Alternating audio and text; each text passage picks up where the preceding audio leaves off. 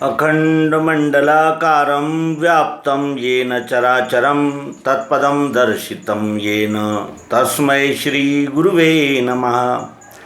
अज्ञानान्धस्य लोकस्य ज्ञानाञ्जनशलाकया चक्षुरुन्मीलितं येन तस्मै श्रीगुरुवे नमः। अध्यात्म विश्वविज्ञान यूट्यूब चैनल पर सभी का हार्दिक स्वागत समादर करते हैं। हम अध्यात्म विज्ञान के आचार्य और महान जिसे कहते हैं कि मीमांसक श्री चंद्रकांत जी अभ्यंकर पुणे, इनके एक महत्वपूर्ण लेख को समझ रहे हैं और हृदयस्थ कर रहे हैं, क्योंकि वो अनुभव की बातें हैं और अनुभव लेने के लिए है। और जिससे अनुभव लेना होता है उसे तो विद्या पूरी लेनी होती है, क्योंकि अभिमन्यु का उदाहरण हमारे सामने है। अधूरी विद्या हमेशा जी का जंजाल बन जाती है। तो आइए हम अभ्यंकर से, श्री चंद्रकांत जी अभ्यंकर, इनसे जानें कि दिव्य चक्षु मिलने से क्या क्या समझ में आता है। दिव्य चक्षु ये एक प्रकार का दृष्टिकोण है। ये दृष्टिकोण सद्गुरु देते हैं। उस दृष्टिकोण से इसी विश्व की ओर देखने पर क्या क्या ध्यान में आता है, इसके विषय में हम इस अंक में जानेंगे। दिव्य चक्षु मिलने से उसे चारों महावाक्यों का बोध होता है। चार महावाक्य हम जानते हैं। अहम ब्रह्मास्मि, अयम आत्मा ब्रह्म, तत्वम असि और सर्वम खल्विदम ब्रह्म, ये वेदों के चार महावाक्य हैं। तो दिव्य चक्षु मिलने से उससे चारों महावाक्यों का बोध होता है। यह महावाक्य किस मूल वस्तु को लक्ष्य कराते हैं, यह वह जान जाता है। उन महावाक्यों के सच्चे अर्थ का उसे प्रत्यक्षीकरण हो जाता है। परंतु जैसे आँखों पर पट्टी बांधने से सूर्य का अनुभव आता है परंतु वह दिखता नहीं, वैसे ही जीव को दिव्य चक्षु प्राप्ति के पश्चात चारों महावाक्य प्रकाश युक्त होकर दिखते हैं, अर्थात समझ में आते हैं। परंतु उनका लय होकर एक वस्तुभाव सर्वत्र नहीं दिखता। यही त्रुटि 10वां दूर करता है। 10वां अवतार, जो दशम अवतार होता है, वो क्या करता है? तो जैसे आँखों पर पट्टी बांधने से सूर्य का अनुभव आता है परंतु वह दिखता नहीं, वैसे ही जीव को दिव्य चक्षु प्राप्ति के पश्चात चारों महावाक्य प्रकाश युक्त होकर दिखते हैं, अर्थात समझ में आते हैं, परंतु उनका लय होकर एक वस्तुभाव सर्वत्र नहीं दिखता। यही त्रुटि 10वां अवतार दूर करता है, जिसे देखकर महावाक्यों का विस्मरण हो जाता है। हमने जाना, यह भी भ्रम मिट जाता है। ऐसा लगता है कि जैसे नींद से जागने के पश्चात लगता है। चौथे महावाक्य तक जीव दिव्य चक्षु के द्वारा पहुंच सकता है, परंतु चारों महावाक्यों का लय कराने का काम 10वें अवतार का ही है। 9वां चारों महावाक्यों का अनुभव बताता है और 10वां चारों महावाक्यों का लय करता है। 8वां चारों महावाक्यों को जीव भूल न पाए, इस प्रयत्न को करता है। 8वां अवतार जो होता है वो चारों महावाक्यों को जीव भूल न जाए, इस प्रयत्न को करता है। परंतु कलयुग लगते ही उसका प्रयत्न असफल होकर उसका कार्य बंद हो जाता है। उसका प्रयत्न समाप्त होकर एक असाधारण विभूति के रूप में जीवन व्यतीत करता है। 10वां तो सदैव 8वें के साथ ही रहता है। यह उसकी शक्ति है, अर्थात वस्तु है। और 8वां अवतार शक्ति का दृश्य है।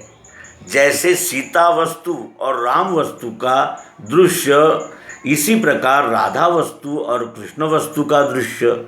इसलिए उच्चारण में हमेशा सीता राम, राधा कृष्ण ऐसा ही आता है। जीव स्त्री पुरुष दोनों मिलकर, यानी पति और पत्नी मिलकर बनता है। व्यष्टि भाव का अनुभव लेने के लिए जीव का एक हिस्सा व्यष्टि भाव का दृश्य अर्थात पुरुष बनता है, दूसरा हिस्सा व्यष्टि भाव का दृष्टा स्त्री बनता है।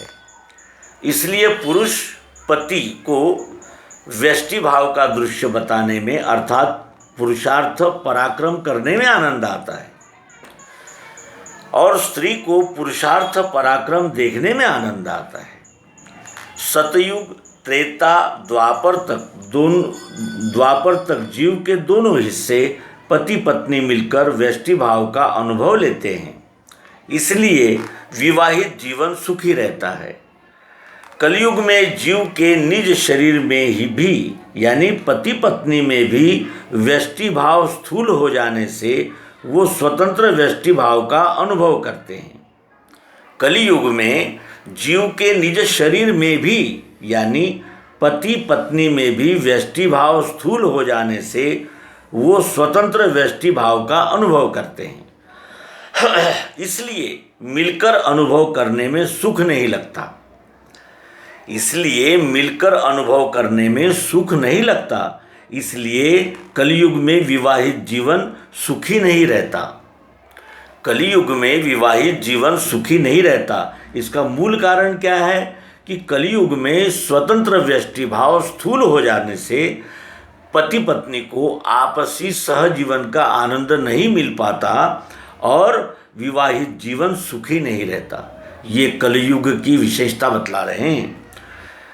तात्पर्य यह कि आसुरी सतयुग, त्रेता, द्वापर तक व्यष्टि भाव का दृश्य पुरुषों में ही अधिक रहता है। अर्थात जीव की आदि शक्ति अर्थात आधा हिस्सा ही विश्वरूप का विरोध करता है। इसलिए वस्तु का दृश्य 8वां अवतार वह विरोध दूर कर सकता है, क्योंकि 8वां भी वस्तु का दृश्य है। इसलिए व्यष्टि भाव का दृश्य जीवों का आधा हिस्सा अर्थात पुरुष वर्ग में जब तक अहंकार रहता है तब तक 8वां उस अहंकार को दूर कर सकता है। परंतु कलयुग में स्त्री और पुरुष, पति पत्नी यानी जीव का पूर्णत्व ही व्यष्टि भाव में स्थित हो जाना है। अब ऐसे समय वस्तु का दृश्य यानी 8वां अवतार कार्य कर सकता है क्या? नहीं, क्योंकि वह भी अपूर्ण है। उसमें संपूर्ण जीव का यानी पति पत्नी का अहंकार लय नहीं हो सकता। इसलिए वस्तु को ही अपना प्रभाव बताना पड़ता है। 9वां अवतार दोनों का लय कहाँ है यह बताता है और 10वां कर लेता है। 8वां केवल पुरुष भाव का कार्य करता है। 10वां स्त्री पुरुष दोनों से अतीत है, यानी दोनों का लय करता है। स्त्रियों को मोहित करके और पुरुषों को भय से, परंतु कार्य करने के लिए उसे पुरुष का शरीर धारण करना पड़ता है। 10वें अवतार अर्थात आने वाले कल के अवतार को। त्रेता युग के परशुराम रामावतार के समय लक्ष्मण, द्वापर में अर्जुन और कलयुग में साधारण क्षत्रिय। त्रेता युग के भक्त लोग शबरी इत्यादि द्वापर में गोकुलवासी शारदा, यशोदा, यादव लोग बन जाते हैं। कलयुग में वह कुछ उत्तर प्रदेश, कुछ रेवा ऐसे वितरित हो जाते हैं, परंतु फिर सब मिल जाते हैं। जब 9वें अवतार ने विश्वरूप दिखाया तो 10वां भी स्वयं को प्रकट करेगा। अपन श्रद्धा रखकर अनन्य भक्ति से जो क्षेत्र सामने आए उसमें मनन करे, यानी आचरण युक्त मनन करे। समयानुसार सभी मालूम होगा। बताने वाला पुरुषोत्तम भाव अपन सब में है। ईश्वरः सर्वभूतानां हृदयेषु तिष्ठति। मैं सबके हृदय में ईश्वर बैठा हुआ हूँ। समष्टि का समय आते वह जगकर अपन सबको मालूम करवा देगा। मैंने ये स्थायी योग आदि में सूर्य से कहा। वह सूर्य अर्थात पुरुषोत्तम भाव थोड़े न थोड़े प्रमाण में सबके अंदर है। उसे सब पता है। उस पर का जीव भाव का वेष्टन कम होते ही वह सब बतावेगा। अंतर प्रेरणा इसी को कहते हैं। प्रारब्ध से कभी नहीं डरना चाहिए। उसको पूर्ण करने में ही अपना उत्थान होता है।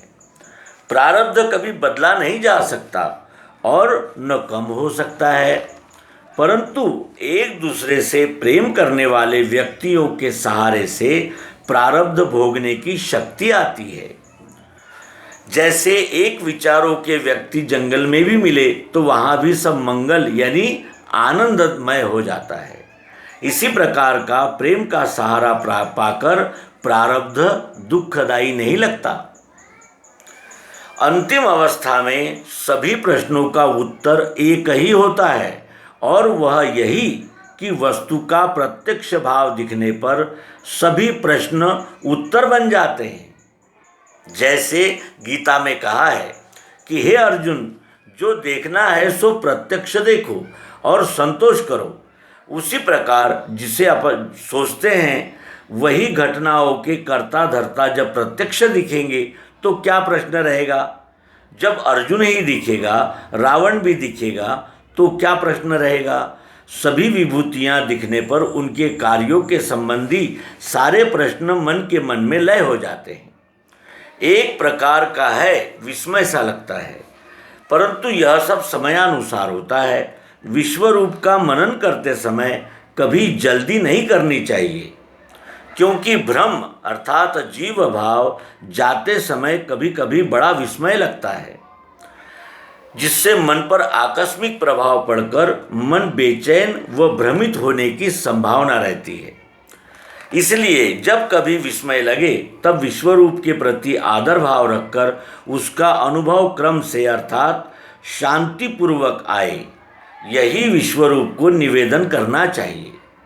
ऐसे समय में पद्य संग्रह में का श्री सद्गुरु के प्रेम भक्ति में मुक्ति समानी है, जो श्री मायानंद जी चैतन्य रचित पद्य संग्रह का पद्य है कि श्री सद्गुरु के प्रेम भक्ति में मुक्ति समानी है, जो चाहे सो देख सके अनुभव ने छानी है।